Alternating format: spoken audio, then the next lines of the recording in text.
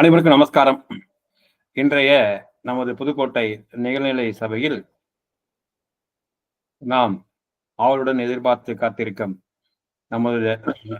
நமது குலதெய்வம் பிரம்மபிரகாச மெய்வழி சாலை ஆண்டவர்களின் அந்த பொங்கல் திருவிழாவை பற்றி நாம் இன்று 1ஆம் தேதி இந்த புதுப்பட்டம் 10 தேதி வரை நாம் இந்த சிறப்பாக இந்த திருவிழாவை பற்றி பல்வேறு அனந்தர்களும் அனந்திகளும் மற்றும் நம்முடைய சந்ததிகளும் ஒரு சிறப்பான பகிர்வை தொடர இருக்கிறார்கள். அதை தொடக்கி வைக்குமாறு நமது மாமா மெய்வழி சீனிவாச முதலியார் அவர்களை அழைக்கிறோம். நமஸ்காரம் மாமா, வாங்க. இந்த மாதம் தமிழ் மாதங்கள்ல இந்த மாதம் இறைவனை பக்தி செய்வதற்காகவே ஒதுக்கப்பட்ட போல எங்க பார்த்தாலும் பக்தி பிரமாதமாக பெருகிட்டு இருக்குது. ஆண்டாள் நாச்சியார் சொன்னாங்க, சிற்றம் சிறுகாலை உன்னை சேவித்து உன் பொற்றாமரை அடியை போற்றும் பொருள் கேளா அப்படின்னு காலையிலேயே ஆரம்பிச்சோம் பிரம்ம முகூர்த்தத்துல அப்படிங்கிறாங்க. ஆனா நம்ம சமநிலை மட்டும் 365 நாளும் நம்ம பிரம்ம முகூர்த்தத்துல சிற்றம் சிறுகாலை உன்னை சேவித்து உன் பொற்றாமரை அடியை போற்றும் பொருள் கேளா அப்படின்னு நம்ம கலந்துக்கிறோம். இன்னைக்கு அதுல ஒரு தொடர் இதுக்கு தளமதி மாதம் அப்படின்னு பேர் வச்சிருக்கிறாங்க. தெய்வத்தினுடைய அந்த செவிச்செல்வமாகி அந்த தளத்தை சேர்க்கறதுக்காக 10 நாள் ஒரு தொடராக ஒரு நிகழ்ச்சியாக சிவராஜன் ஏற்படுத்திக்கிறாரு. அதை எல்லோரும் பயன்படுத்திக்கணும். இதுல முதலாக நமக்கு தெரிஞ்ச பத்மநாபானந்தருடைய சகோதரனுடைய குமாரன் போது எனக்கு சந்தோஷமா இருந்தது. ஏன் அப்படின்னா, பத்மநாபானந்தர் எங்க வீட்டுல சபலம் நடத்திருக்கிறாரு. எங்க கூட உட்காந்து பக்கத்துல உட்காந்து சாப்பிட்ற கூட கொஞ்சமா அவர் பழகி இருக்கிறாரு. அவருடைய சகோதரருடைய பிள்ளை பாசத்தை என்னுடைய பையன் பேசினா எப்படி நான் சந்தோஷமா எதிர்பார்ப்போட கேட்கணும், அதே எதிர்பார்ப்போட நான் கேட்கிறேன். எல்லோருக்கும் நமஸ்காரம். அவர் பேசுறதுக்கு இடத்துல இல்லாத நம்ம கேட்போம், என்ன பேசுறாரு, எப்படி அவங்கள வளர்த்தி வச்சிருக்கிறாங்கன்றத நமக்கும் ஒரு அறிவு பண்ணும், பசங்களை எப்படி வளர்க்கணும்னு. அதனால அவர் பேசுறதை கேட்பதற்காக ஆர்வமா இருக்கிறோம். எல்லோருக்கும் நமஸ்காரம். நமஸ்காரம் மாமா, நமஸ்காரம்.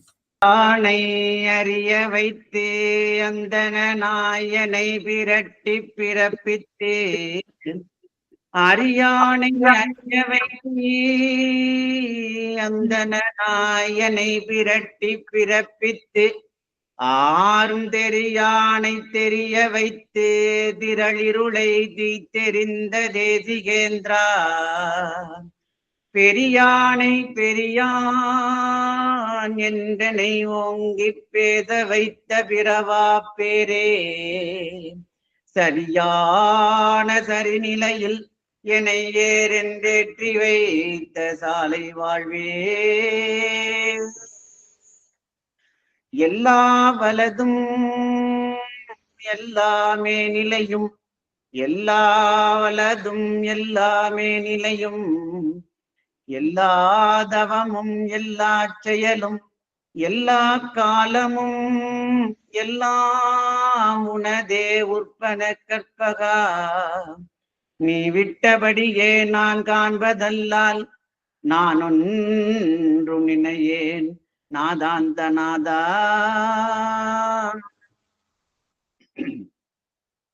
மரளி கைதீண்டா மெய்மத உற்பவ உட்பன்னரும் சத்திய தேவ பிரம்மகுலத்திற்கு அதிபதியும் சாவோலை கிழிக்க வந்த சர்க்குருவுமாகிய நம் குலதெய்வம் பிரம்மோதய சாலை ஆண்டவர்களின் திருவடி போற்றி வணங்கி அவர்கள் தயவால் மெய்வழிச்சாலை ஆண்டவர்களின் அவதார மகிமை மற்றும் கோளரி சாலையர் பொங்கல் திருவிழாக்கள் என்ற தலைப்பில் முத்திப்பேருரையாற்ற விழைகிறேன்.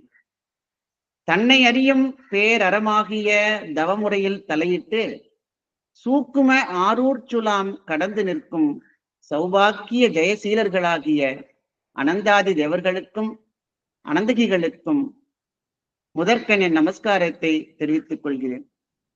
மேலும் சத்திய தேவ பிரம்மகுல மக்களை தொடர்ந்து மெய்வழி ஆச்சார அனுஷ்டானங்களை கை கொண்டு பழகி வரும் நிஜவாச மனத்தினோர் அனைவருக்கும் என் நமஸ்காரத்தை தெரிவித்துக் கொள்கிறேன். நமது தெய்வம் அவர்கள் மார்கழி மாத கடைசி நாளில் அவதாரம் செய்தார்கள். இப்ப சற்று நேரம் சீனிவாச முதலியார் மாமா சொன்ன மாதிரி இந்த மாதத்திற்கு நமது தெய்வம் இட்ட நாமம் தனமதி. சர்வ உலகத்திற்கும் சர்வ காலத்திற்கும் பேரறிவினை அளக்கும் கஜா நாவினை உடைய கர்த்தாதி கர்த்தர் அல்லவா நமது தெய்வம் அவர்கள். எனவேதான் அவர்கள் அவதாரம் செய்த மாதத்திற்கு தனமதி என்று நாமம் சூட்டியுள்ளார்கள். அதாவது மதியை, அறிவை அழியாத செல்வமாக, தௌலத்தாக அவர்கள் கொண்டுள்ளார்கள். இதை தௌஹீது காமிலில் கோடிமணிக்கின்றாலும் குறையாதன் சிமிழி இல்மை, ஆடி அழைத்தாலும் அனுபம் சிதறாதமை, ஆன ஹையாத்துமையே யானூரியா நன்மை. கோடி மனுக்கு ஈந்தாலும் குறையாத அழியாத ஞான நிதி தௌலத் அவர்களிடம் இருக்கிறது. அன்றிலிருந்துதான் இந்த உலகத்திற்கே அறிவாகிய மதி உண்டாகிறது. இதை எப்படித்தான் நமது வைணவ குலத்து தீபமாகிய ஆண்டாள் நாச்சியார் அவர்கள் கண்டார்களோ, அதை தீர்க்க தரிசனமாக மார்கழி திங்கள் மதி நிறைந்த நன்னாள் நீராட போதுவீர் போதுமினோ நேரிழியீர். அதாவது மார்கழி திங்கள் மதி நிறைந்த நன்னாளாம் என்று அவர்கள் தீர்க்க தரிசனமாக கூறியுள்ளார்கள். இது என்ன ஒரு ஆச்சரியமான தீர்க்க தரிசனம் பாருங்க. அப்புறம் உலகத்துல தசாவதாரம் 10 என்று சொல்லுவார்கள். மத்ஸ்ய, கூர்ம, வராக, நரசிம்ம, வாமன, பரசுராம, ராம, பலராம, கிருஷ்ண, கல்கி என்று உலகத்துல 10 அவதாரம் சொல்லுவாங்க. இதுல நமது தெய்வம் அவர்கள் பலராமர் என்பது அவதாரம் கிடையாது. 8வது அவதாரம் கிருஷ்ண அவதாரம். 9 மற்றும் 10 முன்கல்கி பின்கல்கி என்று அவர்கள் நமக்கு அருளியுள்ளார்கள். கல்கி அவதாரத்தை பத்தி இந்த உலகத்துல எப்படி சித்திரம் வரைஞ்சிருக்கிறாங்க அப்படின்னா, ஒரு உருவகமாக ஒரு குதிரை மேல ஒரு அரசர் போல் வரைந்து அவர்கள் கையில் வேல் வாள் ஏற்று அரசர் போல் உள்ள தோற்றத்தை அவங்க காட்டினாங்க. இதனுடைய உள்ள அர்த்தம் சதுரிகம் கோடி காலமும் இது தெரியாம இருந்த ஒரு விஷயம் நம்ம தெய்வம் அவதாரம் செஞ்ச பிறகுதான் இதற்குரிய உண்மையான அர்த்தம் நமக்கு புரிந்தது. அதாவது குதிரையை வாங்கி விற்பவர்களுக்கு ராவுத்தர் என்று பெயர். ஆகவே சர்வேஸ்வரன் கல்கி அவதாரம் ராவுத்தர் குலத்தில், அதாவது இஸ்லாமிய குலத்தில் தான் தோன்றுவார்கள் கல்கி அவதாரம் என்பது உறுதியாகிறது. இது தெய்வம் ஒரு திருவாக்கியத்துல கல்கி அவதாரம் வெள்ளை குதிரை மேல் ஏறி வருவார்கள் என்று இருக்கிறது. வெள்ளை குதிரை என்றால் என்ன? அதுதான் மாசு மறுவற்ற சுத்த யதார்த்தம். அந்த யதார்த்தம் என்ற குதிரையின் மேல் ஏறி வருவார்கள் என்று அருளியுள்ளார்கள். இப்ப நல்லா நம்ம யோசிச்சு பார்ப்போம். நம்ம தமிழ்நாட்டுல முஸ்லிம் மதமே கிடையாது. அப்ப இஸ்லாமிய மதம் நம்ம பாரத தேசத்திற்கு வர வேண்டும். அது எப்படி சாத்தியமாகும் என்றால், சுமார் 1300 ஆண்டுகளுக்கு முன்பதாக அரேபிய நாட்டில் முகமது நபி பெருமான் அவர்கள் இஸ்லாம் மதத்தை ஸ்தாபிக்கிறார்கள்.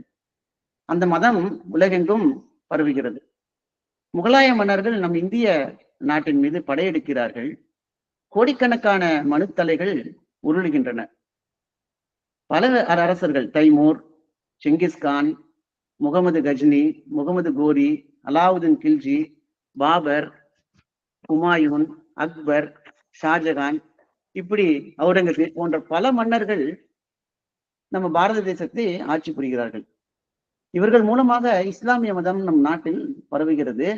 மக்கள் கட்டாயமாக இஸ்லாம் மதத்திற்கு மதம் மாற்றப்படுகிறார்கள். 1300 ஆண்டுகளுக்கு மேல் கடைக்கோடியான பிரதேசத்தில் என்னுடைய குலத்திலேயே தான் மகதி அலைஹிஸ்ஸலாம் அவர்கள் தோன்றுவார்கள். அப்படி தோன்றி அவர்கள் மக்களுக்கு அலிஃபிலா மீமை இதய பிரகாச விளக்கமாக அருள்வார்கள் என்ற முகமது நபி அவர்களுடைய தீர்க்க தரிசனம் மெய்யாக வேண்டும் அல்லவா? அதற்காகத்தான் இத்தனை படையெடுப்பும் நடைபெறுகின்றன. சைந்திர மகாமுனிவர் அவர்களோ ஆழ்வாள் விக்டோரியா பெண் 60 ஆண்டு என்று தீர்க்க தரிசனம் கூறியுள்ளார்கள். அதன்படியே முகலாய சாம்ராஜ்யம் பிரிட்டிஷாரின் கைக்கு மாறுகிறது. அதுவும் ஊழி விதியே. ஏனென்றால் சத்திய வேதம், அதாவது பைபிள் தமிழாக்கம் செய்யப்பட்டு நமது கைக்கு வர வேண்டும் அல்லவா? ஏனென்றால் சத்திய வேதத்தில் நமது தெய்வத்தை குறித்து பலவிதமான தீர்க்க தரிசனங்கள் உள்ளன. இது இவ்வாறு இருக்க, அரேபியா நாட்டிலிருந்து ஒருவர் நம் தமிழகத்திற்கு வந்து இந்த நாட்டிலேயே தங்கி ஞானம் பெற்று அந்த மூலவண்டாரத்தை சுமந்து கொண்டு 600 வயது ஆகி தள்ளாடி தள்ளாடி பைய திங்களூர் நோக்கி வருகிறார்கள். வடலூர் வள்ளல்பிரான் அவர்களுடைய தீர்க்க தரிசனத்தின்படி நமது பெரியப்பா வடலூர் வள்ளல்பிரான் அவர்கள் திருக்காப்பிட்டு 29 ஆண்டுகளுக்கு பிறகு அவர்கள் நமது தெய்வத்தை கை போடுவார்கள் என்ற தீர்க்க தரிசனம் மெய்யாக வேண்டும் அல்லவா? இதற்கு முக்கியமாக தெய்வத்தினுடைய அவதாரம் நிகழ வேண்டும். இப்ப எதுக்கு இதெல்லாம் சொல்லிட்டு வரேன்னா, எதுக்காக தெய்வ அவதாரம் நிகழ வேண்டும் என்பதை நாம் புரிந்து கொள்ள வேண்டும். முதலில் வைணவ மதத்தினர் கல்கியாக இறுதியில கடவுள் ஒரு மாபெரும் அவதாரத்தை எடுப்பார்கள் என்று நம்புகிறார்கள். சைவ மதத்தில் சிவபெருமானாக வருவார்கள் என்று எண்ணுகிறார்கள். இஸ்லாமிய மதத்தில் மெய்யென்னும் மதம் ஸ்தாபிக்க மகதி அவர்கள் வருவார்கள் என்று கூறுகிறார்கள். கிறிஸ்துவ மதத்திலோ இறுதி மெசையாவாக வருவார்கள் என்று சொல்லியிருக்கிறார்கள். ஜொராஸ்ட்ரிய மதத்தில் சோஷியாஸ் அஸ்வத் இரேதாவாக வருவார்கள் என்கிறார்கள். ஆக அவதாரம் செய்ய நிற்கின்ற திருவுருவானது இவற்றை எல்லாம் பொதிந்து கொண்டு வருகிறது என்பதை மான்மியத்தில் நமது தெய்வம் அவர்கள் தத்தின சுருக்கமாக ஜகதேசர்க்கு நாலங்கீர்த சன்னதரு அகம்பூரம்பும் கண்டாண்ட சலாசனரு யுகங்கள் 4 கை கொண்ட கோடூழியர் யுகங்கள் 4 கை கொண்ட கோடூழியர் மகதி ஆண்டவர் வந்தவர் தாரமே என்று யுகங்கள் 4 கை கொண்ட கோடு ஊழியராக மகதி ஆண்டவராக நமது தெய்வம் அவர்கள் அவதாரம் செய்கிறார்கள். அப்படி அவர்கள் அவதாரம் செய்கின்ற பகுதியை நமது சாலையம்பதியில் திருவிழாவன்று நாம் வாசிக்கிறோம். முக்கியமான ஒரு விஷயத்தை எல்லாத்தையும் நான் சொல்லலை, என்ன நேரம் குறைவாக இருக்கல, முக்கியமான விஷயத்தை மட்டும் சொல்றேன். அதுல தென்பாண்டி வளநாட்டின் கல்மலி குறிஞ்சி நன்னிலத்தின் கண்ணே குடிபதியாகிய மார்க்கம்பட்டி என்னும் குக்கிராமத்தில் நமது தெய்வம் அவர்கள் அவதாரம் செய்து வருகிறார்கள். அந்த அவதாரம் எப்படி அவங்க செய்யறாங்க அப்படிங்கிறத மான்மியத்தில் நம்ம தெய்வம் அருளி இருக்கும் பொழுது, சீரோருரையும் சிவபுர திருவள நாடு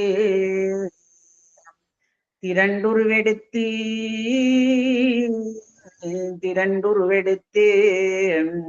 திருவிளைவு ஆடல் புகுந்து உலக முழுதும் மறுவ வருவன போன்றும். இதுல ஒரு பெரிய விஷயத்தை தெய்வம் சொல்லியிருக்கிறாங்க. சீரோர் உரையும் சிவபுர திருவளநாடு திரண்டு உருவெடுத்து. அதாவது வந்திருக்கிறவங்க ஒரு ஒரு ஆளோ ஒரு மனிதரோ ஒரு ஒரு பாரவானோ அப்படி கிடையாது. சீரோருரையும் சிவபுர திருவளநாடு, அதாவது கைலாய நாடே திரண்டு உருவெடுத்து இந்த உலகத்திற்கு உலகம் முழுவதும் மறுவ வருவன போன்றும். அதாவது வந்திருக்கிறவர்கள் கைலாய நாடே ஒரு உருவம் தாங்கி வந்தா எப்படி இருக்கும், அது யோசிச்சு பாருங்களேன். அப்படி ஒரு அவதாரம், எல்லா வல்லபத்தையும் பொதிந்து கொண்டு ஒரு அவதாரம் வர இருக்கிறது. ஏன்னா நம்ம திருவாக்கியத்துல தெய்வம் அருளி இருக்கும் பொழுது சிவகுருமார்களை 5½ அடி உயர மனிதர்களாக உலகம் நினைத்ததால் தான் அவர்களை புறக்கணித்தார்கள். சிவகுருமார்களை 5½ அடி உயர மனிதர்கள், இவர் நம்மள மாதிரி 5½ அடி உயரம் தானே இருக்கிறாங்க அப்படின்னு உலகம் நினைத்ததால் தான் அவர்களை புறக்கணித்தார்கள். அண்டாண்டங்களும் கடந்து விளங்கும் அகிலாண்ட கோடி பிரம்மாண்ட கையிலை நாடு மனித குலத்தை உயிர்ப்பதற்கு என்று 5½ அடி உயரத்தில் ஒரு கடம் எடுத்து வந்திருக்கிறது என்பதை உணர்வதில்லை. ஆக இவ்வாறாக அதை சொல்லிவிட்டு தெய்வம் அவர்கள் வரத புராதன குருமணி எல்லாம் நிறைத்தவழோங்கும் பொன்னுடம் எடுத்து மண்பாரம் அகற்ற வருவன போன்றும். இந்த உலகத்துல பூமியின் பாரம் தீர்க்க புது புது நாமம் பூண்டு வருகிறார்கள். வேதபோத நீத மந்திரங்கள் வேறு வேறு அனைத்தும், எத்தனையோ வேதபோத நீத மந்திரங்கள் இந்த உலகத்துல உண்டாகி இருக்கு. அப்படிப்பட்ட எல்லா மந்திரங்களும் ஓர் உருவாகி உடம்பெடுத்து வெளியே கிளம்ப நெருங்கி வந்தன போன்றும். இப்ப எல்லா மந்திரங்களும் பொதிந்து ஒரு உடம்புக்குள்ள வந்ததுன்னா எப்படி இருக்கும் நம்ம யோசிச்சு பாருங்க. அப்படிப்பட்ட ஒரு அவதாரம் நிகழப் போகிறது. இதே ஆடலங்கண்ணியில தெய்வம் சொல்லி இருக்கிற பொழுது, வந்த பல மந்திர பல நினைத்தும் தன் தீடத்துள் ஆண்ட பணி மேருபாதா மேருபாதா. நமக்கு இன்னொரு கேள்வி வருது, எதற்காக தெய்வம் அவதாரம் செய்யணும் அப்படின்னா, அவதாரம் செய்வதன் பர்பஸ் என்ன, நோக்கம் என்ன? அதுக்கு ஒரு திருவாக்கியத்துல சொல்லியிருக்கிறாங்க, 33 தேவர்களும் இந்த அவதேகத்தை எடுத்துத்தான் தவம் செய்தார்கள். 33 தேவர்களும் இந்த அவதேகத்தை எடுத்துத்தான் தவம் செய்தார்கள். தவம் செய்யணும்னா இந்த அவமாகிய தேகம், இது துக்க உடலாக இருந்தாலும் இப்படிப்பட்ட தேகத்தை தரித்து கொண்டு, இந்த அவத்தை தரித்து கொண்டுதான் அவர்கள் வர வேண்டும். ஆதிமூல ஆவியாய் இருந்தாலும் அதுவும் அரூபத்திலிருந்து தவம் செய்ய முடியாது. தவம் செய்ய இந்த அவமாகிய உடல் அவசியம். ஆகவே அவதாரம் செய்து மாயா சரீரமாகிய இந்த மனித தூலத்தில் வைத்து தவம் செய்து அரும்பாடுபட்டு சன்னதங்கள் கைவர பெற்றார்கள். அப்ப இந்த தேகத்தை எடுத்துத்தான் அவர்கள் அவதாரம் செய்ய வேண்டும். இந்த அவதாரம் யாருக்காக நடைபெறுகிறது என்பதை அவர்கள் மான்மியத்தில் அருளும் பொழுது, சதுரிகங்கோடி கால மக்களிடத்திலும் உள்ள சர்வ மூல மந்திர நிரூபிக மகான்மியராகிய யுகவான் எங்களுக்கெனவே எங்கள் எல்லோருடைய தலையிலும் விதிக்கப்பட்டிருந்து இந்நாள் எழுந்து வந்த மகாதி நெடுங்கால பேராதி மூலகுரு வரதமணி பிரான் அவர்களே. ஆக இந்த அவதாரத்துல சதுரிகம் கோடி கால மக்களிடத்திலும் உள்ள சர்வ மூல மந்திர நிரூபிக மகான்மியராகிய யுகவான், அதாவது வான்யுகத்தை படைக்க வருகிறவர்கள் யாருக்காக அவதாரம் செய்திருக்கிறார்கள் என்று, ஏன்னா மான்மியத்தை அனந்தர்கள் எழுதுவதாக தான் தெய்வம் அருள் இருக்கிறார்கள். எங்களுக்கெனவே என்று சொல்லும் பொழுது அனந்தாதி தேவர்களுக்காகவே, அதற்கு பிறகு நமக்காகவே அவர்களுடைய அவதாரம் நிகழ்கிறது. எங்கள் எல்லோருடைய தலையிலும் விதிக்கப்பட்டிருந்து, எல்லோருடைய தலையிலும் விதிக்கப்பட்டிருப்பது பிறப்பு என்று இருந்தாலே அதுல இறப்பு என்ற செயல், பிறப்புங்கிற வார்த்தைக்குள்ளேயே இறப்பு இருக்குது. ஏன்னா பீரப்பு இப்பு கூட்டல் ஈதான் பிறப்பு. அப்ப பிறப்புக்குள்ளே இறப்பு இருக்குது. அப்ப அந்த சாவாகிய விதி தலையோட்டில் பொல்லாத விதி எழுத்தை மாற்றி நல்ல மதி எழுத்தை அவர்கள் பதிப்பிப்பதற்காக அவதாரம் செய்கிறார்கள். இப்படி அவதாரம் செய்த பிறகு செய்வதற்காக எதற்காக அவதாரம் செய்கிறார் என்று சொல்லும் பொழுது, இருட்குளம் கடியும் இளஞ்சூரியன மரகத மணிமலை வந்து நின்றனவே. ஒரே கும்மிருட்டா இருக்குது. நம்ம காலையில ஒரு 4 மணிக்கெல்லாம் 3:30 மணி 4 மணிக்கெல்லாம் பார்க்கும்போது திடீரென்று எங்கிருந்தோ ஒரு இளஞ்சூரியன் அந்த இருட்குளத்தை கடிகிறது. அது போலவே பிறவி எனும் இருட்கடலில் சிக்கி தத்தளிக்கும் உலகத்தினரை அவர்கள் அந்த பிறவி எனும் இருட்கடலிலிருந்து தப்புவிப்பதற்காக இளஞ்சூரியனாக இந்த உலகத்தில் மரகத மணிமலையாக வந்தார்கள். அறம்பலர் சூழ்விட் அகன்றுமே வெளியாய் வையக குருமணி பிறந்தார். அவர்கள் வையகத்திற்கே குருவாக பிறந்தார்கள். ஐவகை பொறுப்புடை அண்ணல் பிறந்தார், மெய்வழி வழங்க மேதினி பிறந்தார். ஐவகை பொறுப்பு. ஐவகை பொறுப்பு என்றால் என்ன என்று பார்த்தால், ஆக்கல், காத்தல், அழித்தல், மறைத்தல், அருளல். ஆக்கல், காத்தல், அழித்தல், மறைத்தல், அருளல், இவை ஐவகை பொறுப்பு ஆகும். நம்மை கருவில் அவர்கள் ஆக்குகிறார்கள். ஒவ்வொரு விஷயத்துக்கும் பல அடுக்கு அர்த்தம் இருக்கிறது. நம்ம ஒரு முதல் அர்த்தத்தை தான் நம்ம இப்ப பார்க்கிறோம். கருவில் அவர்கள் நம்மை ஆக்குகிறார்கள், உருவாக்குகிறார்கள். வயது வரும் வரை நம்மை அவர் காக்கிறார்கள், காப்பாற்றுகிறார்கள். எல்லா ஆபத்துகளிலிருந்தும் நம்மை அவர்கள் காக்கிறார்கள். ஆக்கல், காத்தல். நம்முடைய அந்தகாரத்தை அவர்கள் அழிக்கிறார்கள். அவர்களிடம் நாம் போய் சேர்ந்ததும் நம்முடைய அஞ்ஞான இருளை அவர்கள் அழித்து மெய்ஞான சூரியனை பதிப்பிக்கிறார்கள். ஆக அழித்தல். அடுத்து மறைத்தல். மறைத்தல்னா என்னன்னா, தாம் ஈசன் என்பதை தாம் ஈசன் என்பது மறந்து அதை மறைத்து நம் அளவிற்கு இறங்கி வந்து பழகுகிறார்கள். இதுதான் மறைத்தல் ஆகும். அடுத்ததாக அருளல். நாம் பரமபதம் அடையும் வரை நமக்கு உபதேசம் செய்து அருளுகிறார்கள். ஆக அவர்கள் என்ன வேலைக்காக அவதாரம் செய்தார்கள் என்பதை பிறந்தனர் அறிவு பிழம்பெனும் பிறனர். நம்ம யாரோ ஒரு குழந்தை பிறக்குதுன்னு நினைச்சிட்டு இருக்கிறோம். ஆனா பிறந்தனர் யாருன்னு பார்த்தோம்னா அறிவு பிழம்பு. பிறந்தனர் வித்து நாயகம் பிறந்தார். அவர்களுடைய என்ன வேலைக்காக அவதாரம் செய்தார்கள் என்றார், அவர்கள் பிறந்தனர் வித்து நாயகம் பிறந்தார். யுகப்பிரளயம் நடக்க இருக்கிறது. அடுத்த யுகத்திற்கு வித்து வேண்டும் அல்லவா? ஆகவே அவர்கள் அந்த வித்துக்களை எடுப்பதற்காக வருகிறார்கள். இதை தவநெறி மாலையில் நமது தெய்வம் அவர்கள் இகமீது யுக யுகமாய் யமனனுகா வித்தெடுக்க அகமாதி மூலம் வந்து ஜெகத்தில் உற்றதிங்கே அம்ம. இகமீது யுக யுகமாய் யமன் அணுகாது வித்து எடுப்பதற்காக அந்த ஆதி மூலமே அந்த பரம்பொருளே வந்து இந்த ஜெகத்தில் உற்றது இங்கே அம்ம. இது நம் நினைவில் வெகு அழுத்தமாக இருக்க வேண்டும் என்பதற்காகவே வணக்கத்திலும் இந்த மந்திரத்தை எடுத்து வைத்துள்ளார்கள்.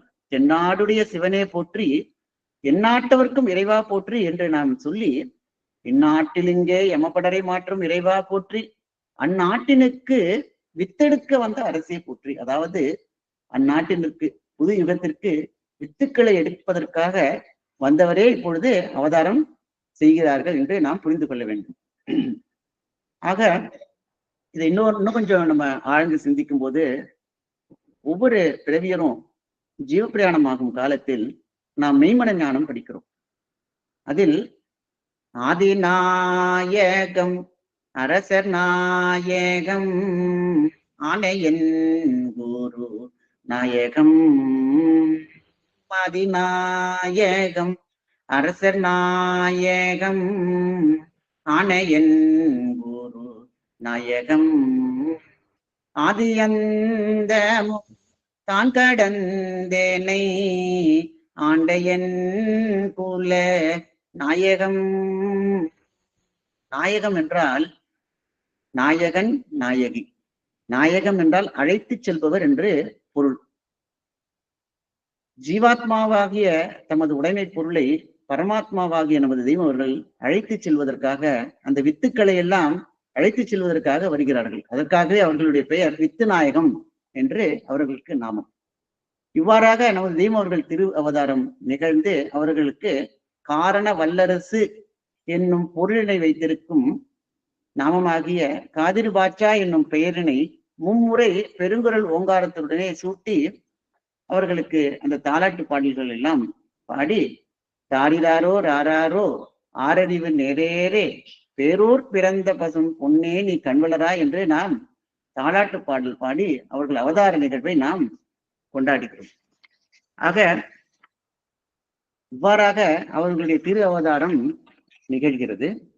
இந்த திரு அவதார நம்ம சாலையில வந்து ரொம்ப சிறப்பாக அன்று மான்மிய பகுதி எல்லாவற்றையும் ஓதி அன்று திருவிழா பாசனங்களை பாடி அதற்கு பிறகு எல்லோருக்கும் கஜுர்காய் அமுதெல்லாம் கொடுத்து அன்று திருவிழா முடிந்த பிறகு அடுத்த நாள் பொங்கல் திருவிழாவிற்காக நாம் எல்லோரும் தயாராகி விடுவோம். ஆக நம்ம தமிழ்நாட்டில் வந்து பொங்கல் திருவிழா மிகவும் சிறப்பாக கொண்டாடப்பெறுகின்ற ஒரு திருவிழாவில் ஒன்று. நம்மளுடைய வாழ்க்கையில் எல்லா வளமும் எல்லா நலமும் பொங்கும் பொங்கல் திருவிழாவாக இவ்விழா அமைந்திருப்பினும் அடிப்படையில் இது ஒரு அறுவடை திருநாள். அதாவது மக்களின் விவசாயிகளின் உழைப்பிற்கு பயன் பெறுகின்ற நாள் இந்த பொங்கல் 3 நாட்களாக கொண்டாடப்பெறுகிறது. பொங்கல் திருவிழாவிற்கு முதல் நாள் போகி பண்டிகை, அதற்கு மறுநாள் பொங்கல், அதற்கு மறுநாள் மாட்டுப் பொங்கல், அதற்கு மறுநாள் காணும் பொங்கல். இவனுடைய அறுவடைக்கு உதவிய சூரியனுக்கு நமஸ்காரம் பண்ணுவதற்காக முதல் நாள் பொங்கலாகவும், 2வது நாள் விவசாய வேலைகளுக்கு உதவி செய்த மாடுகளுக்கு நன்றி தெரிவிப்பதற்கு உண்டான பொங்கல் மாட்டுப் பொங்கலாகவும், 3ஆம் நாள் நல்ல அறுவடையான மகிழ்ச்சியில் சந்தோஷித்து உற்றார் உறன்முறையாருடன் பரிமாற்றம் செய்து கொள்ளும், சந்தோஷத்தை பரிமாற்றம் செய்து கொள்ளும் காணும் பொங்கலாகவும் திருநாள் தமிழகத்தில் கொண்டாடுகிறோம். இவ்வாறாகவே கலியுகம் சென்று கொண்டிருந்தது. நமது குலதெய்வம் அவதாரம் செய்த பின்தான் பொங்கல் திருவிழாவின் அசலான லட்சியமும் நோக்கமும் மேன்மையும் நமக்கு தெரிய வரலாயின.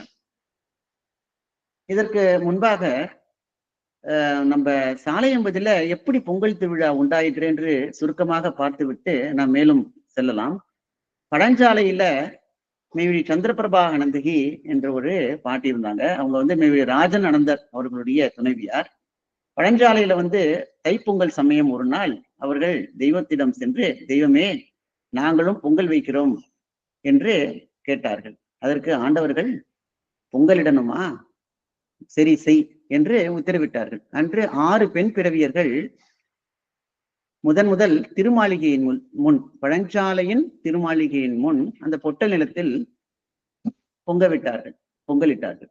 அச்சமயம் நமது தெய்வம் அவர்கள் முதல் துவங்கிய இந்த 6 பொங்கலும் ஆயிரக்கணக்கில் பெருகி மலரும்.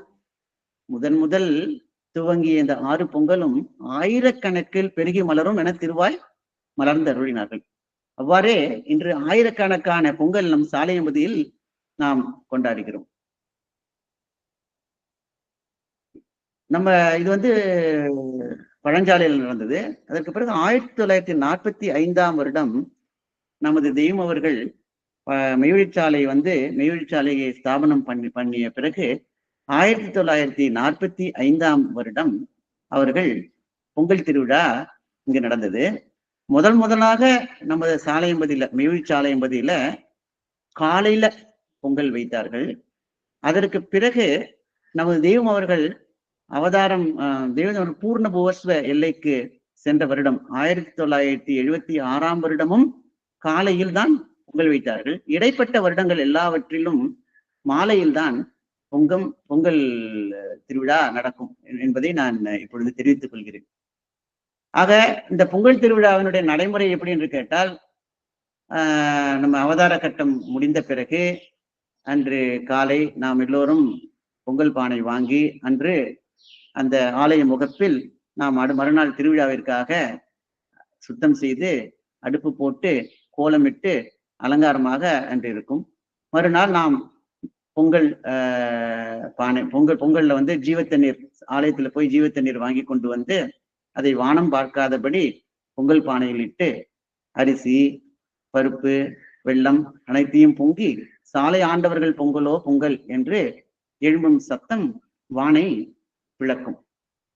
திருமாளிகையிலிருந்து பணிமதி நாச்சியார் அம்மா அவர்கள் தெய்வத்தை தொடர்ந்து மங்கையர் பொங்கலிட மாமன வாளர்கள் கூட நிற்க தங்கள் பெண்டு பிள்ளை தாமெல்லோரும் கூட பொங்கலோ பொங்கல் என்று பொங்கல் கீதம் பாடிக்கொண்டு வருவார்கள். தெய்வம் அவர்கள் முக்கூறு கத்தி கொண்டு தமது திருக்கரத்தாலேயே பொங்கல் அமுதை எடுத்து அருகில் காரிதரிசிகள் ஏந்தியிருக்கும் வெள்ளிப்பேழையில் இடுவார்கள். அடுத்து இவ்வாறு சேகரித்த பொங்கலை ஆலயத்தில் அமுதாக்கி முதலில் சபைக்கரசருக்கும், தீப கைங்கரியம் செய்த அனந்தருக்கும், பிறகு சத்தியப்படி மூப்பர்களுக்கும், சாலைவாழ் அனந்தர்களுக்கும், எல்லா அங்கத்தினர்களுக்கும் மற்றும் சுற்றுப்புற கிராமத்தில் இருந்து திருவிழாவிற்கு வந்த எல்லா உடன்முறையாளர்களுக்கும் அமுது வழங்கி திருவிழா நிறைவு செய்வார்கள். ஆக இப்படி 1966ஆம் வருடம் தெய்வம் அவர்கள் காலையில் பொங்கல் திருவிழா நடத்த உத்தரவிட்ட பொழுது மெய்வழி கலைமகானந்தர் தெய்வத்திடம் சென்று, தெய்வமே நம்முடைய பொங்கல் திருவிழா பாடலில் ஆதிச்சாலை நாட்டு மெய்வழி ஆண்டவர் மக்கள் குலம் நீதி பெருங்குடி மாலை பானை பலி பொங்கலோ பொங்கல் என்று இருக்கிறது தெய்வமே.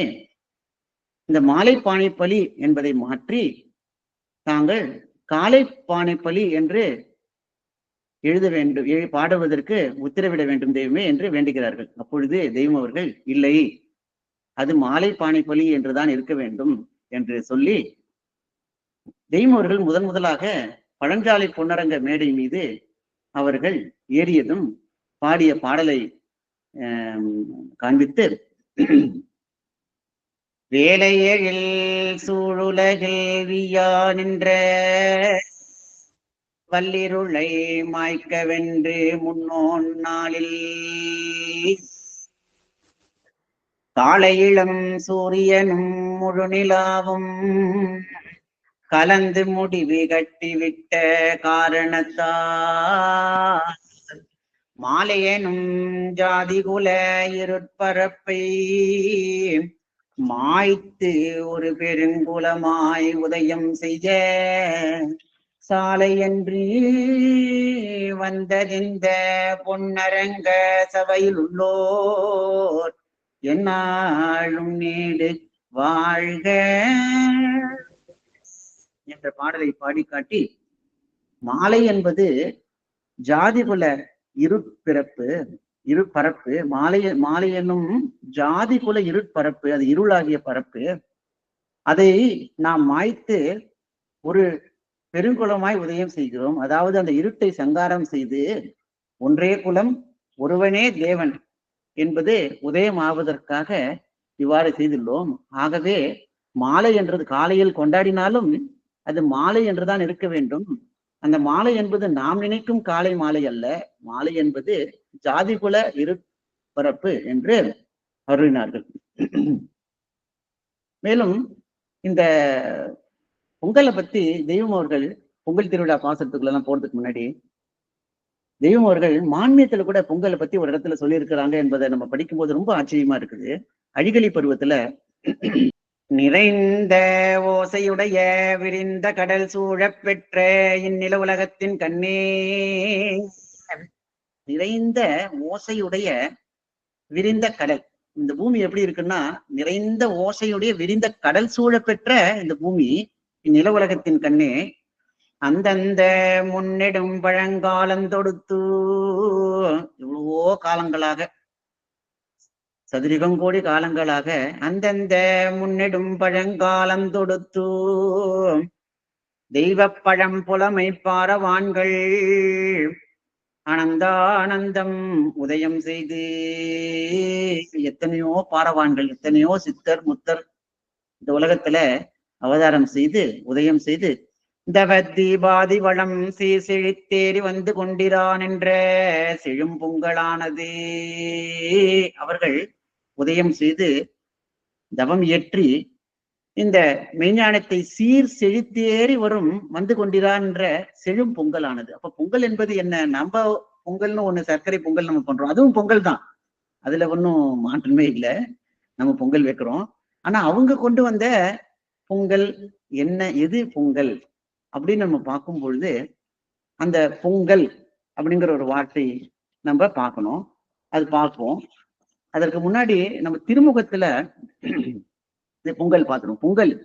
பொங்கல் என்ன, நம்ம தெய்வம் அவர்கள் நமக்கு மெய்க்கல்வி கலாசாலை இந்த முதல்ல அவங்க என்ன அருளி இருக்கிறாங்கன்னா, மெய்க்கல்வி கலாசாலையில் சர்வ வேதங்களின் உட்பொருள் ஆதார உயிர் பதிப்பும் ஒற்றுமை வேற்றுமை துலக்கமும் செயற்கரி பகாபதத்து உள் உலாவும் பகுபத பிரத்யட்ச காட்சி கோடா கோடிகளும் வீடடை கூட்டு விழிப்பு நோக்கும் குறிப்புணர்ந்து ஆதி தலைப்பாடமாக ரூபில் நிரூபித்து போதிக்கப்பெறும். ஆக பொங்கல் என்கிற வார்த்தையில அது பகாபதமாக இருக்கிறது, அது பகுபதமாக ஆக வேண்டும். பொங்கல் என்ற வார்த்தைக்குள் பொங்கு கூட்டல் கல் என்று 2 வார்த்தை நாம் பார்க்கிறோம்.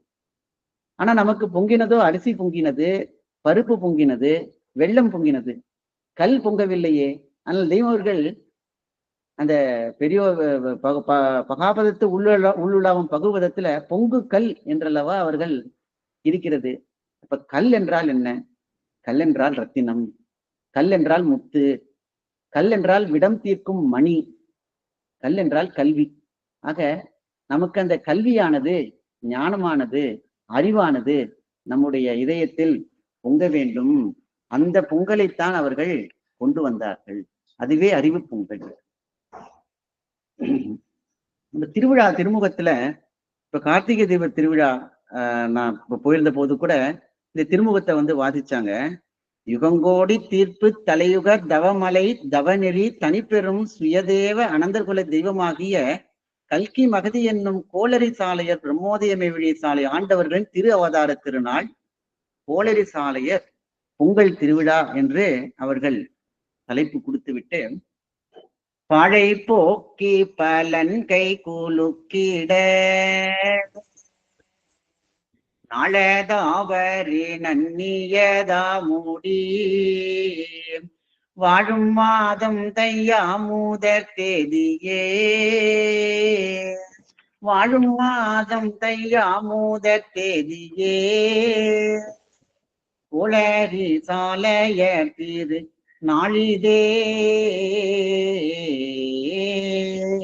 என்ற ஒரு பாசுரத்தை முத்தாய்ப்பாக நமது தெய்வம் அவர்கள் இந்த திருமுகத்தில் வைத்திருக்கிறார்கள். அது என்ன? பாழை போக்கி பலன் கை குலுக்கிட. பாழ், பாழ் என்றால் என்ன? பாழ் என்றால் நம்ம முப்பாழ் என்று படித்திருக்கிறோம். பாழ் என்றால் நமக்கு வேண்டாதது, நம்மளுடைய தீய எண்ணங்கள், தீய செயல்கள் என்றெல்லாம் நாம் சொன்னாலும், முப்பாழ் என்பதற்கு நம் தெய்வம் அவர்கள் ஆணவம், கண்மம், மாயை என்று முப்பாழை அவர்கள் சொல்லியிருக்கிறார்கள். அதனால பொங்கல் பானையை போடும்போது நம்ம அந்த மணல்ல இருந்து, ஆலயத்துக்கு முன்னாடி இருக்கிற அந்த சந்தனமாகிய மணல்ல இருந்து எடுத்து 3 குமிழை எடுத்து வைத்து அதற்கு மீது அந்த பானையை வைக்கிறோம். அப்ப அந்த 3 குமிழ் தான் முப்பாழாக இருக்கிறது. அதற்கு மேல் வைக்கக்கூடிய பானை என்பது நம்மளுடைய தேகமே அந்த பானையாக இருக்கிறது. நந்தவனத்தில் ஒரு ஆண்டி அவன் 4-6 மாதமாய் குயவனை வேண்டி கொண்டு வந்தான் ஒரு தோண்டி. இந்த தோண்டி தான் அந்த பானை. அப்ப அந்த பானை கூத்தாடி கூத்தாடி போட்டு உடைத்தாண்டி என்றவர்கள் சொல்லியிருக்கிற மாதிரி கூத்தாடி கூத்தாடி இந்த பானையை போடாமல் அதற்காகவே அவர்கள் அவதாரம் செய்து அந்த ஜீவ தண்ணீரை அந்த பானைக்குள் வானம் பார்க்காதபடி அதில் விட்டு அதில் பொங்கும் பொழுது அந்த அந்நிய பாவம் பொங்கி நன்னெறி புண்ணியம் பொங்கி பொங்கி வரும் என்று நாம் அறிவோம். அப்ப பால் எது? பால். அந்த பால் நம்ம என்ன செய்தது? அதற்கு நாம் என்ன செய்தோம்? அந்த பாழை போக்குவதற்காக தெய்வம் என்ன செய்தார்கள் என்று நாம் தெரிந்து கொள்ள வேண்டும். உன் மனம் உன்னை பாழ்படுத்தவே நிற்கிறது. நம்ம மனம் என்ன பண்ணுதுன்னா நம்மளை பாழ்படுத்தவே நிற்கிறது. நீ எப்படி அதை காரி துப்பினாலும், துப்பி விரட்டினாலும் பிறகும் அது நெருங்கி உன்னை தன்வசமாக்கி விடுகிறது. அதை நீ நம்பாதே என்கிறோம். ஆக பாழ், முக்கியமான பாழாக இருக்கக்கூடியது நம்மளுடைய மனம். மற்றும் ஒரு திருவாக்கியத்தில், உனக்கு தலைவன், உன்னை வழி நடத்துபவன் உன் மனமே. அவன் உன்னை எப்பவும் தீங்கில் தள்ளவே காத்து கொண்டிருக்கிறான். சுலபமான ஒரு பாதையை வெட்டிவிட்டு தீங்கில் சாய்த்து விடவே நிற்கிறான். அப்போ சைத்தான் யார்? உன் மனம்தான். உன் ஆசிரியர் அவர்களை உயிர் நேசமாக கொண்டாயானால் உன் மனதை நீ வெறுத்து விடுவாய். ஆக இந்த பால் இன்னொரு திருவாக்கியத்துல, அறிந்த மக்களுக்கு முப்பால் எனப்படுவது அறியாத உலக மக்களுக்கு மரணம் என்ற தலமாய் இருக்குது என்று மருளியுள்ளார்கள். அப்ப இந்த பால், ஆணவம், கண்ணம், மாயை என்ற பாலை நாம் எதில் பார்க்க வேண்டும் என்று நமது தெய்வம் அவர்கள் சொல்லியிருப்பது என்னவென்றால், கண்டு கண்டேனே விண்டையாவுமே காணுவாய் முப்பாழன. கண்டு கண்டு நீ விண்டையாவுமே காணுவாய் முப்பாழன. அதாவது எளிமையாக நம்ம கிட்ட பால் இருக்குதா அப்படின்னு தெரிஞ்சுக்கிறதுக்கு எதை வச்சு நம்ம தெரிஞ்சுக்க முடியும்னா, இந்த வாயை வச்சு தெரிஞ்சுக்கலாம். கண்டு கண்டு நீ விண்டையாவுமே காணுவாய். காணுவாய், எதில் காணுவாய்? நீ வாயில பேசுறது எல்லாமே பாழாக இருக்கிறது என்று அவர்கள் சொல்லி இருக்கிறார்கள். இந்த பால் 3 வகையாக இருந்தாலும் அதை மானியத்துல நம்ம எப்படி காணணும் என்பதை அவர்கள் அருளியிருப்பது எப்படி என்றால், ஆறறிவு உடலெடுத்து ஐயறிவு நுகர்ச்சியிலேயே கிடந்து உழண்டு அருள் செல்லுதற்கு வழி தெரியாது. அதற்கென்றே தூலமும் அதன் அகப்புற கருவிகளும் வைத்து படைத்திருக்கும் காரணத்தினாலே வாயில் பினாத்திக் கொண்டும் அதிலும் நான் பெரிது நீ சிறிது என்று உளரே அலைந்து திரியும் செய்முறையானது. அப்ப வாயில பேசுறது, அது பேச்சுன்னு கூட வேதங்கள் தெய்வம் ஒத்துக்கல. அது என்ன சொல்றாங்கன்னா, அது உளறல். இப்படி தம் தம் வயதுகளையெல்லாம் துக்கமும் துயரமுமாக மாற்றி எடுத்துக்கொண்டு அதையும் நாளடைவில் சிறிது சிறிதாக செய்தித்து வருவதாக இதனையே பாரமார்த்தீக ஞானம் என்றும் சாது சங்க நிலை என்றும் சச்சங்க யோக ஞானம் என்றும் மேலும் மெய்மே ஜீவராஜாங்க சிங்காதனர்களால் அருளப் பெற்ற பரிசுத்த அரிய மெய்மை கிரந்தங்களிலும் நாவுகளை போட்டு உடம்பிக் கொண்டு சொரணையில்லாது விரைத்து ஓம் ஓம் என்றும் அகம் பிரம்மாஸ்மி என்றும் இவை போல் பலவற்றை நீட்டியும் குறுக்கியும் இறைபொருள் அறியாது கண்ணை மூடிக்கொண்டு சப்தித்து ஏமாற்றி பொய் பேயாட்டம் ஆடிக்கொண்டிருந்த விதவிதமான ஆயிரக்கணக்கான எங்களின் பேயாட்டத்தில் இது பெரிய பாழாக நம்மிடம் இருக்கிறது. இந்த நான் சொல்றோம் இல்லைங்களா, அந்த நானை ஒழிப்பதற்காகவே பெரியோர்கள் வந்தார்கள். நான் எனும் அகந்தை கொடு வாயளவு பேசும் எல்லையை என்றும் அருளியுள்ளார்கள். தரணையில் இல்லாத தனிச்சேர்ப்பதில் வாக்குடைய மலங்கடத்தி வயங்கா நின்று, மலம் மும்மலம் இருந்தாலும் அது பிரதானமாக இருக்கக்கூடியது வாக்குமலம். வாக்குடைய மலங்கடத்தி வயங்கா நின்று வல்லபையின் வசம் படிந்த வாசத்தாலே. இந்த மலத்தை போக்குவதற்கு என்ன வழி என்றால், நமக்கு ஒரு வல்லபை நமக்கு வேண்டும். குருபெருமானாக அவர்கள் வர வேண்டும். வல்லபையின் வசம் படிந்த வாசத்தாலே, அவர்களுடைய வசம் நாம் படிய வேண்டும். அவர்களுடைய வாசம் நமக்கு கிடைக்க வேண்டும். அந்த வாவாகிய சத்து நமக்கு கிடைக்க வேண்டும். வாவாகிய சத்து நமக்கு கிடைத்தால் நீக்கரிய மும்மலங்கள் பொடியும் சாயை நின்றிலங்கும் பூரணத்தின் புதுமை ஏறி தேக்கும் அந்த நாகதத்தை தொட்டு ஓடி சேருமதி அமுத கலை பொங்கி சிந்தும் வாக்குடைய வாக்கருளும் வாணி சக்தி வலஞான திருநடனம் வயங்கும் காப்பே. ஆக வாக்குடைய மலம் என்பது நமக்கு பாழாக இருக்கிறது. சேருமதி அமுத கலை பொங்கி சிந்தும், அதுவே நமக்கு பலனாக பொங்கலாக இருக்கிறது. வல்லபையின் வசம் படிந்த வாசம் என்பது நமக்கு வழியாக இருக்கிறது. இப்படி பாழை போக்கி பலன்கை குலுக்கிட.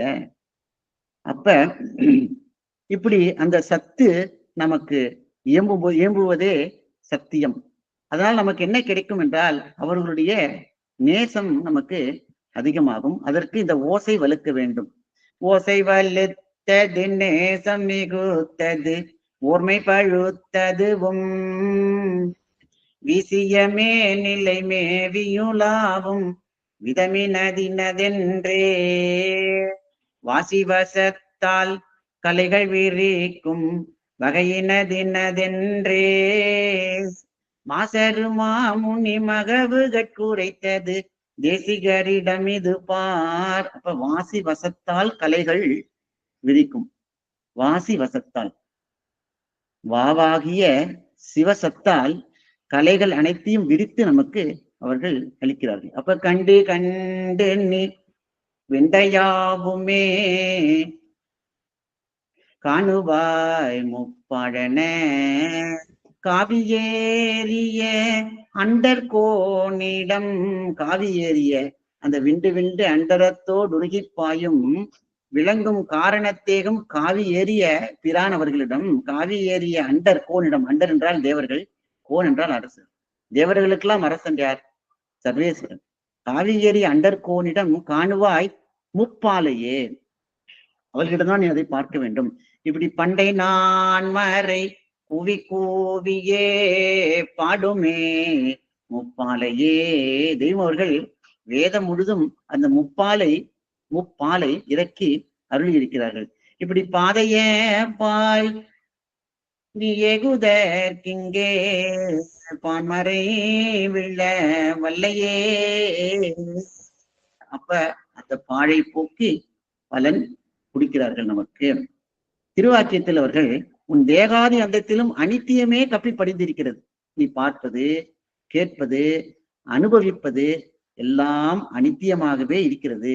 இங்கு நெருங்கி பழக பழகத்தான் அது சிறிது சிறிதாக சேதிக்கப்பெறும். இங்கு நெருங்கி பழக பழகத்தான் என்று சொல்லும் பொழுது மெய்வழிச்சாலை தெய்வம் அவர்களிடம் அவர்கள் இறக்கியருடைய வேதத்தை நாம் படித்து சிந்தித்து அனந்தாயவர்களிடம் பேசி பழகி அப்படி இருக்கும் பொழுதுதான் அவர்களுடைய திருவாக்கத்துக்குள்ள நம்ம போகும்போது இது சிறிது சிறிதாக சேதிக்கப்பட்டு போகும். அப்போது உன் அறிவு பிரகாசிக்கும்.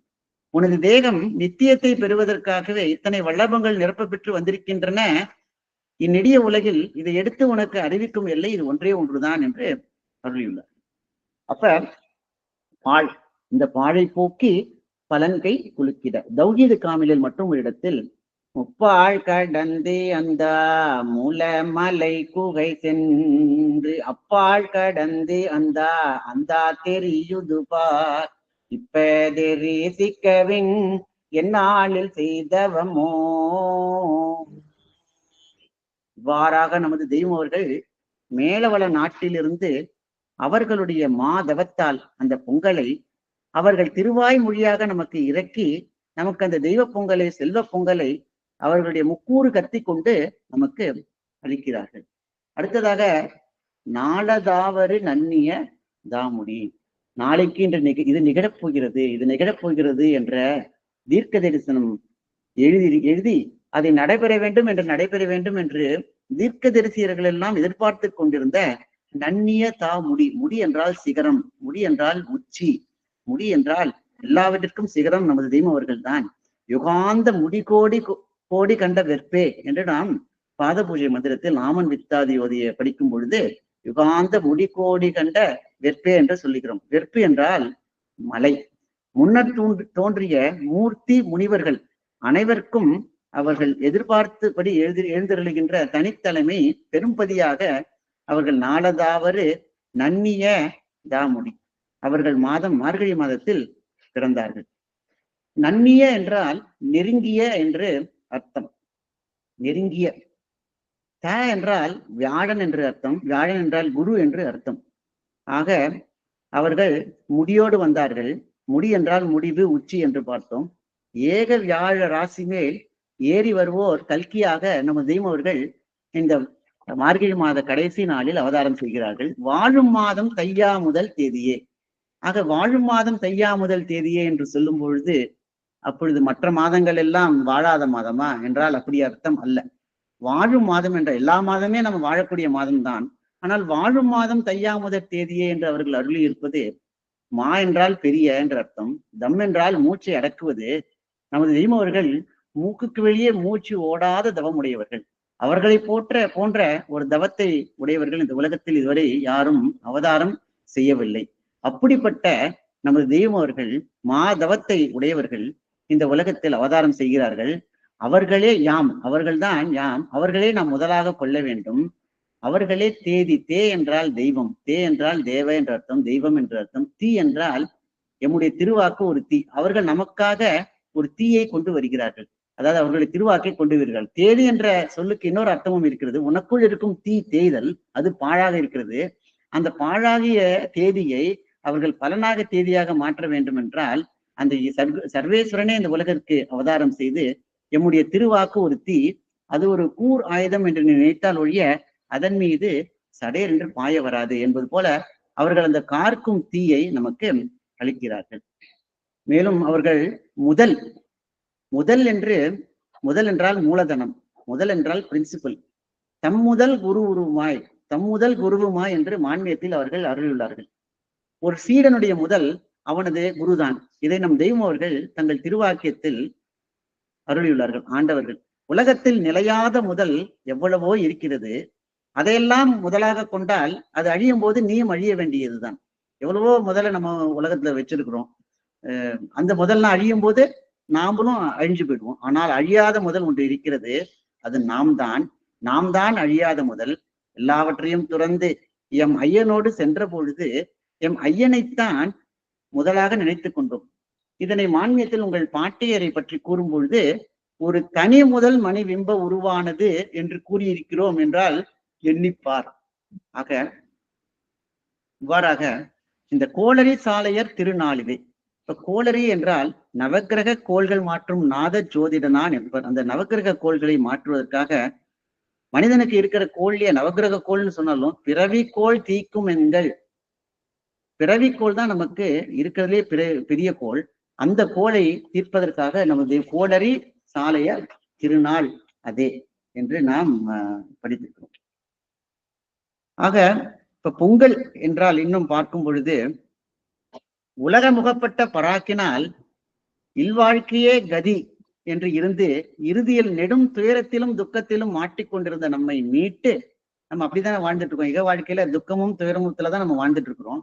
நம்மை அதிலிருந்து மீட்டு அந்த கடைசி நேரத்தில் நம் முகங்களில் மகிழ்ச்சி பொங்க, அந்த பொங்கலை மகிழ்ச்சி பொங்கல் பொங்கச் செய்து இடரிடும் கடைநாள் யமபடரை தாண்டி முகத்தில் பசுமஞ்சள் வர்ணம் பூக்க புன் சிரிப்போடு பயணமாகுவதே நிஜமான பொங்கல் ஆகும். இதை திருமைஞான குரல் திருவாக்கியத்தில் இடருறும் இறுதி நாளில் இத்தூலத்தை விட்டு உன்னை புகழிடம்பில் தேற்றி ஏற்றி மகிழ்ச்சி பொங்க செய்து வைப்பதுவே பொங்கல் என்று அருளியிருக்கிறார்கள். ஆக இந்த பொங்கலோடு நம் தெய்வம் அவர்கள் நமக்காக இறக்கியுருளிய அந்த பொங்கலையும் நாம் தெரிந்து கொண்டு இந்த திருவிழாவை கொண்டாடுவோமாக. இந்த பொங்கல் எப்படி வந்ததுன்னா, இதுக்கு பிச்சையாண்டு திருவிழாவிலிருந்து இந்த பொங்கல் வருகிறது. அது எப்படி என்றால், பிச்சைக்கு வந்தாரே வீடு தேடி பிச்சைக்கு வாராரே பிரம்மஸ்த கூடத்து பிரம்ம ரூபனே பிரம்மஸ்வரூபராய் பேருலகோருய பிச்சைக்கு வந்தாரே வீடு தேடி பிச்சைக்கு வாராரே கார்க்கும் தீகை கொண்டோர் கார்த்திகை என விண்டு வேற்றுரையாற்றாலை விடுதி விடுதியாக பிச்சைக்கு வந்தாரே வீடு தேடி பிச்சைக்கு வாராரே. முதலில் அவர்கள் பிச்சாண்டவராக வந்து என்ன செய்கிறார்கள் என்றால், அவர்கள் நம்மிடம் இருந்த அந்த தீமையை தீத்து எடுத்து நமக்கு நித்திய மகிழ்ச்சியை அளிப்பதற்காக, அந்த நன்னெறி புண்ணியத்தை அளிப்பதற்காக அந்த கார்க்கும் தீயை அவர்கள் நம்மிடம் அளிக்கிறார்கள். கார்க்கும் தீ கை கொண்டோர் கார்த்திகை என வென்று கார்க்கும் தீயை நமக்கு அளித்து இன்று கோளரி சாலையராக வருகிறார்கள். கார்த்திகை தீப திருவிழாவில் நம்ம ஆலயத்துல அந்த அகல் விளக்க வந்து நம்ம மணல்ல வந்து அற்புதமாக அதை ஏற்றி அந்த மணல்ல ஏற்றக்கூடிய தீபத்தினால நம்மளுடைய அஞ்ஞான இருளை அவர்கள் விளக்குகிறார்கள். அதே தீபத்தை அவர்கள் பொங்கல் திருவிழாவின் போது அந்த வானுயர காட்டி அனைத்து பொங்கலையும் அனைத்து வீட்டில் இருக்கிற அந்த அந்நிய பாவத்தை பொங்குவதற்காக அவர்கள் வானுயர அந்த தீபத்தை காட்டி நமக்கு இந்த பொங்கல் திருவிழாவின் போது தீபத்தை காட்டுகிறார்கள். பொங்கல் திருவிழா பாசுரத்தில் ஆதிச்சாலை நாட்டே ஆதிச்சாலை நாட்டே மெய்வழி ஆண்டவர் மக்கள் கூலம் நீதி பெருங்கூடி மாலை பானை பலி பொங்கலோ பொங்கல். ஆக இந்த பானை, இந்த தேகம்தான் பானை, இந்த பானைய நம்ம பலியிடணும். இந்த இத வந்து ஓம் தத் சத் ஸ்ரீ ஹலால் என்ற மந்திராதிபராகிய குருநானக் பிரான் அவர்கள் தங்கள் திருவாக்கில் இவ்வாறு வெளியாக்குகிறார்கள். அதாவது இந்த உடல் மண்பாண்டம், மனம் இரும்பு, உடல் மண்பாண்டம், மனம் ஆனது இரும்பாக இருக்கிறது. அதை உட்பகையான காமம், குரோதம், மோகம், லோபம், செருக்கு என்பவை எரிக்கின்றன. மனமாகிய இரும்பு பழுத்து காய்கின்றது. பாவங்களாகிய விறகுகள் மேலும் எரியூட்டுகின்றன. காய்ச்சல் பெறும் மனத்தை கவலை என்னும் குரடு நகராமல் பிடித்து கொண்டிருக்கிறது. இப்ப மனசை வந்து கவலை என்ன பண்ணுது, நகராம அப்படியே பிடிச்சிட்டு இருக்குது. சர்க்குரு என்னும் அருள் அமுதினால்தான் மனமாகிய இரும்பு பொன்னாக வேண்டும் என்று அருள் இருக்கிறார்கள். இப்ப சர்க்குரு என்னும் அருள் அமுது, நம்ம அருள் அமுதம் நமக்கு வேண்டும். அப்பதான் அந்த மனமானது பொன்னாக மாறும். மனமாகிய இரும்பு பொன்னாகுவதற்கு என்ன செய்ய வேண்டும், எப்படிப்பட்ட பொங்கலை செய்ய வேண்டும் என்பதையும் அவர்களே அருள் இருக்கிறார்கள். உள்ளம் என்னும் அடுப்பை மூட்டி அன்பு என்னும் குழலால் ஊது. ஜீவ தண்ணீரில் ஞானம் என்னும் வெள்ளத்தை கரைய விடு. அதில் இறைவனை நடமானம் திருமேனி தாங்கி வந்துள்ள சர்க்குரு பெருமானை சிந்திக்கும் வாச மலர்களை தூவு. தூய நடத்தை என்னும் வேலம்பட்டையை போடு. இவ்வாறு அமுதம் காட்சி இதுவே சோமபான பொங்கலாகும் என்று அவர்கள் அருளி இருக்கிறார்கள். அப்ப நமக்கு புரிகிற மாதிரி தெய்வம் வந்து எவ்வளவு எளிமையாக்கி இருக்கிறாங்கன்னா, இந்த மனித தேகம்தான் பானை. இதை ஒரு சர்க்குரு பெருமான் கையில் ஒப்படைத்து விட்டால் அவர்கள் இதற்கு சூடேற்றி வேதித்து தேவபானையாக மாற்றி, முதல்ல இந்த பானையை தேவபானையாக மாற்றணும். அப்புறம் ஜீவ தண்ணீரில் பொங்கல் வைக்க செய்து இதை வைரமணி தேக பானையாக, அதாவது யமன் கை தீண்டாத வைரமணி தேக பானையாக மாற்றி விடுவார்கள் என்று அருளி இருக்கிறார்கள். அடுத்ததாக அந்நிய பாவம் பொங்கி இந்நாள் அலைந்ததை வேறறுத்து நன்னெறி புண்ணியம் பொங்கி பொங்கி வரும். அப்ப நாம் அவர்களை அந்நியமாக நினைப்பதுவே அந்நிய பாவம். அந்த அந்நிய பாவம் முதல்ல பொங்கல் பொங்கும் போதே முதல்ல இருக்க அந்த அழுக்கெல்லாம் எடுத்துட்டு அதுக்கப்புறம் தான் நம்ம வெள்ளத்தெல்லாம் போட்டு நம்ம அதை இது பண்ணுவோம். நம்ம சாலையில கூட பொங்கல் பண்ணும்போது அப்ப நம்ம அவர்களை அந்நியமாக நினைக்க கூடாது. தான் தேடி வைத்திருக்கும் தன் குடும்பத்து ஓர் பொருள் போல் வான்கோடி மெய்க்குருவை வைத்திடுவான் பூங்கிலியே. அதாவது இந்த பொன்னரங்கம் உனது மனைவி என்று நீ நினை. இறுதி சுகம் தருகிறவள் இவள்தான் என்று இருந்தால் நீ ஞானத்தையே வேண்டாவிடனும் அது தானே உன் உள்ளத்தில் இந்த பொன்னரங்கத்தை உன் மனைவி என்று நினை. இறுதி சுகம் தருகிறவள் இவள்தான் என்று நாம் நினைக்க வேண்டும். அடுத்தது ஒரு சரித்திர நிகழ்வு. நம்ம முக்கூறு கத்தி வந்து எப்படி நம்ம சாலையம்பதிக்கு வந்தது அப்படின்னுங்கிறத கொஞ்சம் பார்ப்போம். அதாவது முதலாக நமது தெய்வர்கள் ராஜகம்பீரத்தில் இருந்த காலத்தில் நம்ம தெய்வத்தை ஆதரித்தவர்களில் பெரும்பாலானோர் பெண்கள் தான். அந்த ஊரில் பாதி பேருக்கு மேல பிழைப்புக்காக பர்மாவிற்கு சென்று விடுவார்கள். மனைவிமார்களை ஊரிலேயே விட்டு விடுவார்கள். அப்பொழுது நமது தெய்வத்தை எல்லோரும் பாவா என்றுதான் அழைப்பார்கள். இப்படி இருக்கும் காலத்தில் எல்லா பெண்களும் வந்து நம்ம தெய்வத்தினுடைய வல்லபத்தை அறிந்து அவர்களிடம் உபதேசம் பெற்று முறிது பெற்று இருப்பதை தெரிந்து கொண்ட அந்த ஊர் மக்கள் இவர்களுக்கு ஒரு பாடம் கற்பிக்க வேண்டும் என்று அந்த ஊரில் உள்ள கணவன்மார்களுக்கு கடிதம் எழுதி இந்த மாதிரி வந்து ஒரு பாபா கிட்ட அவங்க போறாங்க, அவங்க வந்து நம்ம இஸ்லாத்துக்கு விரோதமா இருக்கிறாங்க அப்படின்னு போய் கூற்று ஒண்ணு எழுதி அனுப்பிடுறாங்க. அப்ப அந்த ஊர்ல இருக்கிற கணவன்மார்கள்லாம் வந்து இப்படி நீங்க செஞ்சீங்கன்னா உங்களுக்கு நாங்க தலாக் செஞ்சு விடுவோம் என்று பயமுறுத்திக்கிறார்கள். அப்ப என்ன பண்ண அந்த பர்மால இருக்கிற ஒருத்தர் வந்து சரி இதுக்கு தெய்வத்தை நம்ம இந்த மாதிரி பாபாவை வந்து நம்ம தீங்கு செஞ்சிடணும் அப்படின்னு சொல்லிட்டு அங்க இருக்கிற ஒரு பொற்கொள்ளன் கிட்ட முக்கூறு கத்தி ஒரு கத்தியை செய்ய சொல்றாங்க. அந்த முக்கூறு கத்தி மாதிரி ஒண்ணு செஞ்சு அதை வந்து ஒரு சாக்குல வந்து மறைச்சுக்கிட்டு ராஜகம்பீரத்துக்கு அவங்க வராங்க. வந்து தெய்வத்தினுடைய திருமுன்னாடி அவர்களுக்கு தீங்கு செய்ய வேண்டும் என்ற எண்ணத்தில் வந்து அந்த ஆள் வந்து அமர்றாரு. அப்படி அமர்ந்து தெய்வத்தினுடைய திருவாக்கியங்களை கேட்க இது என்னது, நம்ம திருக்குரான் வேதத்தில் சொல்லி இருக்கின்ற விஷயத்தை தானே இவர்கள் நமக்கு புரிகிற மாதிரி சொல்றாங்க அப்படின்னு சொல்லி மனம் திருந்தி தெய்வத்திடம் மன்னிப்பு கேட்டு அந்த கத்தியை முக்கூறு கத்தியை தெய்வத்திடமே சமர்ப்பித்து விடுகிறான். ராஜகம்பீரத்திற்கு பிறகு திருப்புத்தூர், பின் அங்கிருந்து மதுரை சென்று அந்த முக்கூறு கத்தியானது நமது சாலையம்பதிக்கு வருகிறது.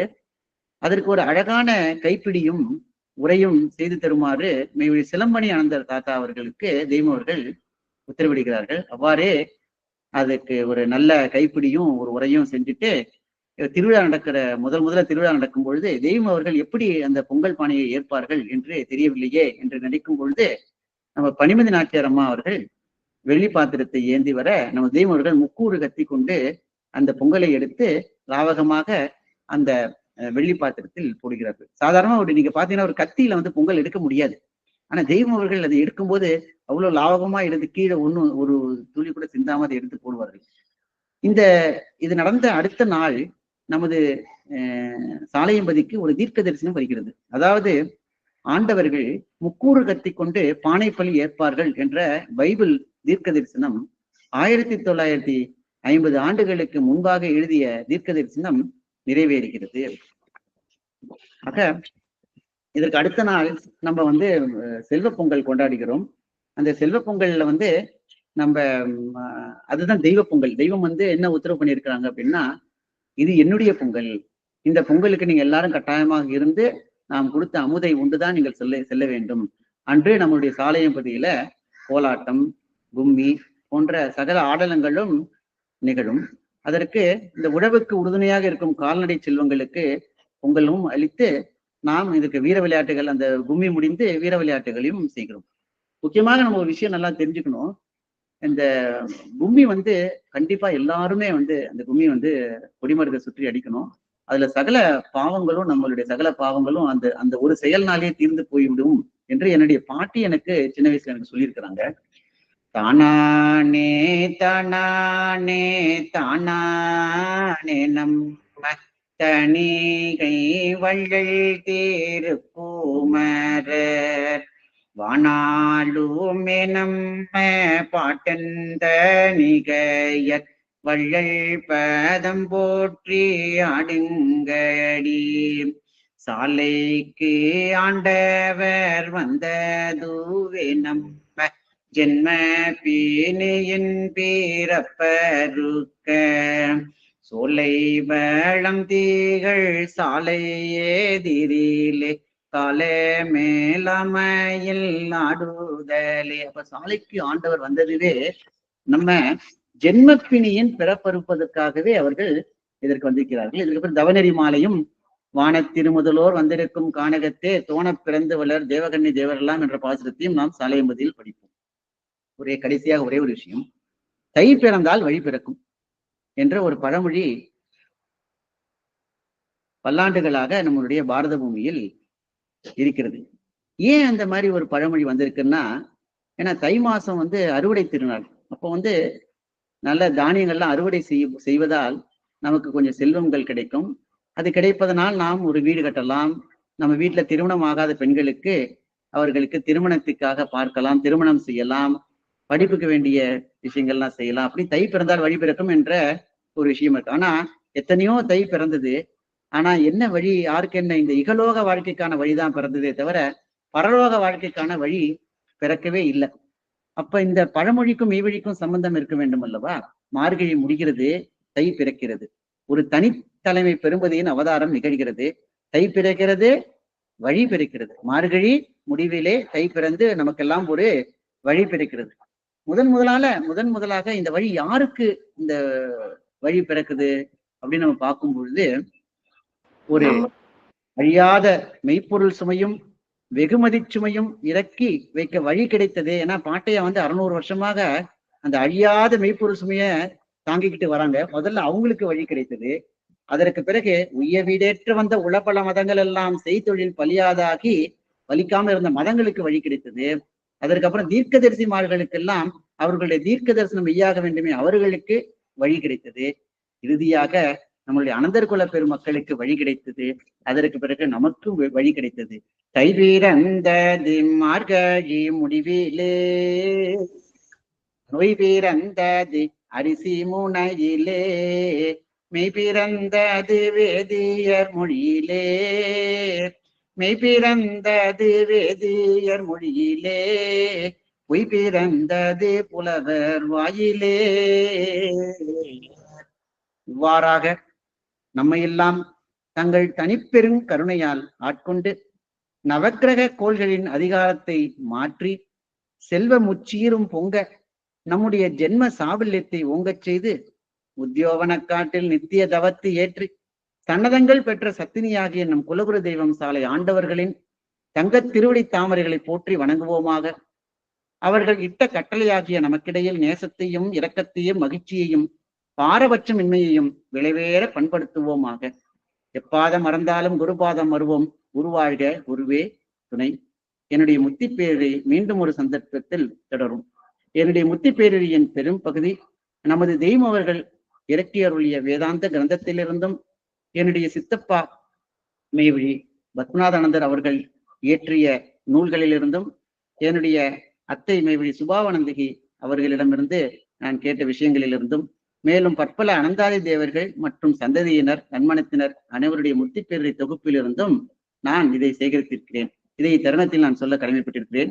இந்த புதுக்கோட்டை நிகழ்நிலை சபையை வெகு சிறப்பாக நடத்தி கொண்டு வரும் சாலை சிவராஜன் அண்ணா அவர்களுக்கும் மெய்வழி சீனிவாச முதலியார் மாமா அவர்களுக்கும் மேலும் சபையில் பங்கு கொண்டுள்ள அனைவருக்கும் என் நமஸ்காரத்தை தெரிவித்துக் கொள்கிறேன். நமஸ்காரம்.